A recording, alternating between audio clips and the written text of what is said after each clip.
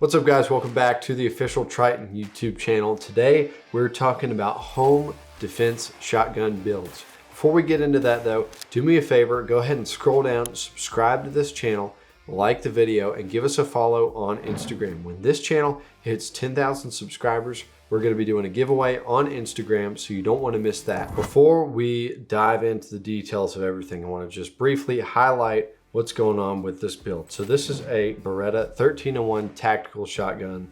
I do have up top a micro red dot and of course a flashlight and a sling. So let's dive in actually to this shotgun itself. Starting at the back here, we do have a Mesa tactical stock with sort of a cheek riser piece on it, which really helps with getting a nice clean sight picture of our optic. Moving forward from there, we do have a pistol grip on this shotgun. Again, sort of adding to that tactical close quarters combat, sort of a battle shotgun type of use. Moving up top here, this shotgun does come with iron sights, although we are not really using those because I want to more specifically use this red dot. Speaking of that, up top we do have a little piece of Picatinny, which is perfect for mounting this red dot. Moving up front here, you'll notice there's a pretty aggressive knurling. This is not a pump action shotgun. This is a semi-automatic shotgun. It's got a capacity of 7+1, so a decent capacity on your shotgun. You don't have to worry about re-racking it every time. It's semi-automatic. The knurling is a bit aggressive, I will say. That being said, I was not wearing gloves when I was using this, so maybe that would have helped. And it was also not raining outside. It was not, my hands were not wet at all. They were totally dry. So I can see where that knurling might come in handy, especially in sort of wet conditions, maybe snowy conditions, when it's a little bit harder to hold on to things, your hands are slippery. All right, I do want to talk about the safety on the shotgun here for just a minute, because I noticed when running it, it's a little bit unnatural to put the safety back on.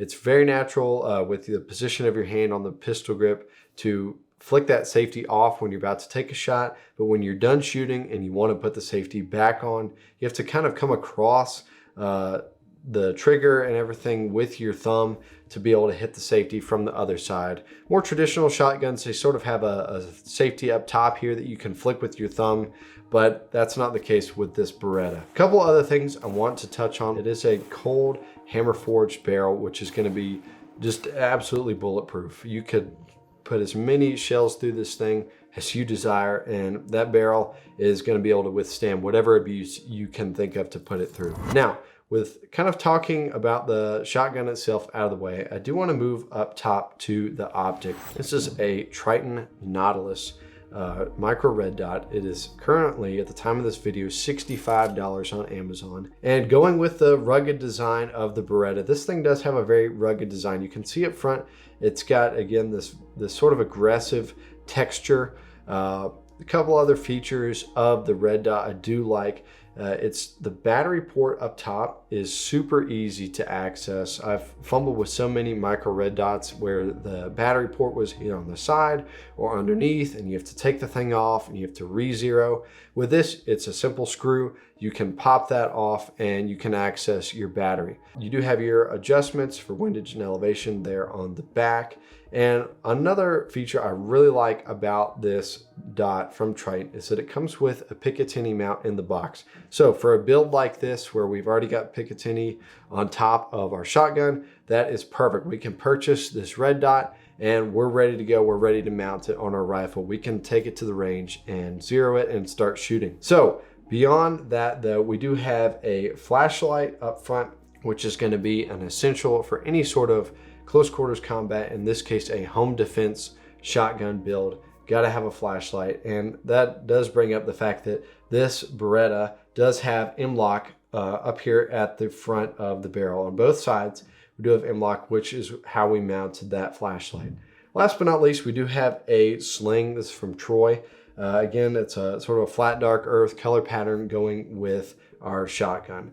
So all those things baked together make a pretty solid, more tactical looking and tactical use case for this shotgun between the red dot, the flashlight, the sling. This is going to be a good setup to even run drills. This is not geared towards like skeet shooting or hunting squirrels. I guess you could do that if you wanted to, but this is really geared towards sort of a self-defense, home defense type of build. So I do want to dive into that just a little bit. So now let's talk about a couple of pros and cons with this build.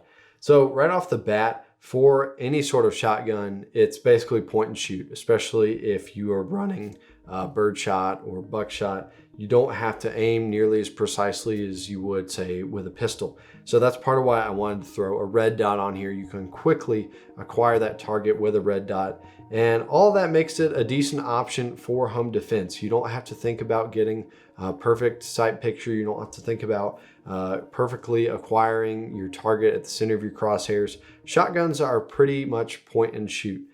That being said, though, a couple of cons when it comes to using a shotgun for home defense. First of all is the weight. This sucker is pretty heavy, especially compared to a pistol, like a concealed carry size pistol. This guy is pretty heavy. I believe it's around 7 or 8 pounds. Maybe you're not quite strong enough to where you can really handle that easily, clearing a house or in a close quarters combat type of situation.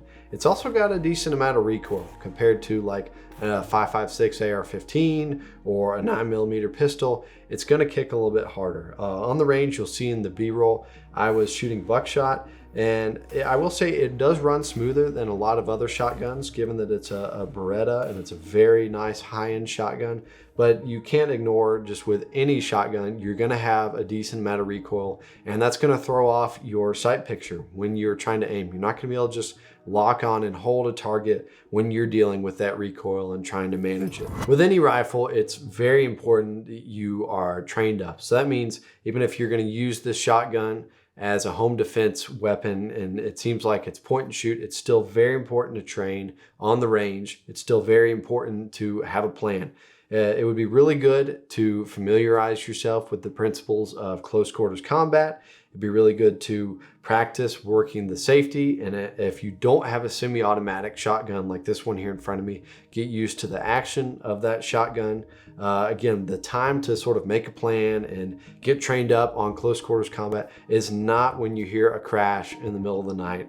The time to do all that is beforehand, during the daylight, when you can practice all these things, whether it's on the range or anywhere else where you're trying to get familiar with close quarters combat and even get familiar with your house when the lights are off. That being said, though, another consideration to make is your shell usage. Some people really like birdshot for home defense use because you can minimize over-penetration through other walls. That's not going to be in the equation at all with any sort of standard bullet like a 5.56 223. That sucker's going to go straight through the wall. With birdshot, there's a chance you can mitigate some of that just in the nature of a birdshot round where it can kind of spread.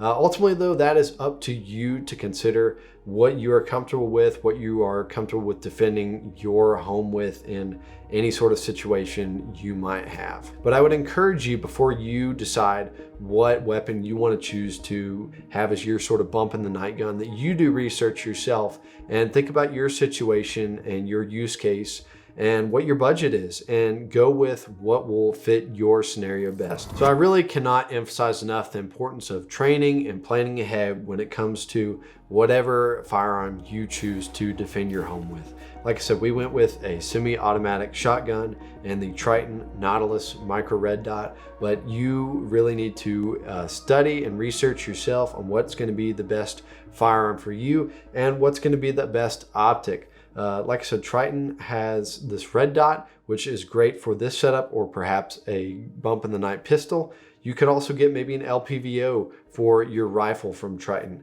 Whatever the case is, Triton has a great optic for you. But that being said, it's really important that you have a bump in the night gun, a go-to rifle, a go-to pistol, or a go-to shotgun at hand. So I would encourage you, if you don't have that set up, go ahead and add it to your collection and do research and build out a rifle or a shotgun for what works best for you. And with that, thank you guys very much for watching. Hope you have a great rest of your day, and we'll see you on the next one.